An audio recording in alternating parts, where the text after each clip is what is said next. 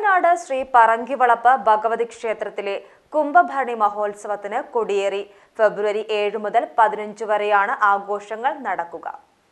കടവനാട് ശ്രീ പറങ്കിവളപ്പ് ക്ഷേത്രത്തിലെ കുംഭഭരണി പൂരാഘോഷങ്ങൾക്കാണ് ബുധനാഴ്ച രാവിലെ കൊടിയേറ്റത്തോടെ തുടക്കമായത്.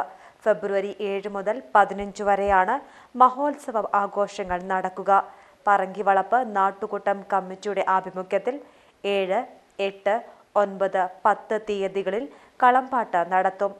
ടാസ്ക് കടവനാടിന്റെ ആഭിമുഖ്യത്തിൽ കുട്ടികളുടെയും വനിതകളുടെയും കലാപരിപാടികളും 15-ാം തീയതി കുംഭഭരണി ദിവസത്തിൽ പുലർച്ചെ 3 മണിക്ക് നട തുറക്കൽ, ദീപാലങ്കാരം, ഗണപതി ഹോമം, മലർനിവേദ്യം, ശിവേലി, വിശേഷാൽ പൂജകൾ, പുഷ്പാഞ്ജലി, കൊടിവരവുകൾ എന്നിവയും ഉച്ചപൂജ, തുടർന്ന് ഗജവീരന്റെ അകമ്പടിയോടെയും പഞ്ചവാദ്യത്തോടും കൂടി കണ്ണംതൃക്കാവ് ക്ഷേത്രത്തിൽ നിന്ന് എഴുന്നള്ളിപ്പ്, വിവിധ ഭാഗങ്ങളിൽ നിന്ന് വിവിധ കലാരൂപങ്ങൾ, ഭഗവതിത്തിറ, പൂതൻ, കരിങ്കാളികൾ എന്നിവയോടെയുള്ള വരവുകളുമുണ്ടാകും. വൈകിട്ട് ദീപാരാധന, കേളി, കാളവേല, അത്താഴപൂജ, കോവലിങ്കൽ ഗംഗാധരൻ ആൻഡ് പാർട്ടിയുടെ തായമ്പക, രാത്രി 12-ന് പാതിരത്താലം, എഴുന്നള്ളിപ്പ്, ഗുരുതി എന്നിവ നടക്കും. ക്ഷേത്രം ശാന്തി മിഥുൻ്റെ നേതൃത്വത്തിൽ കൊടിയേറ്റം നടത്തുകയുണ്ടായി.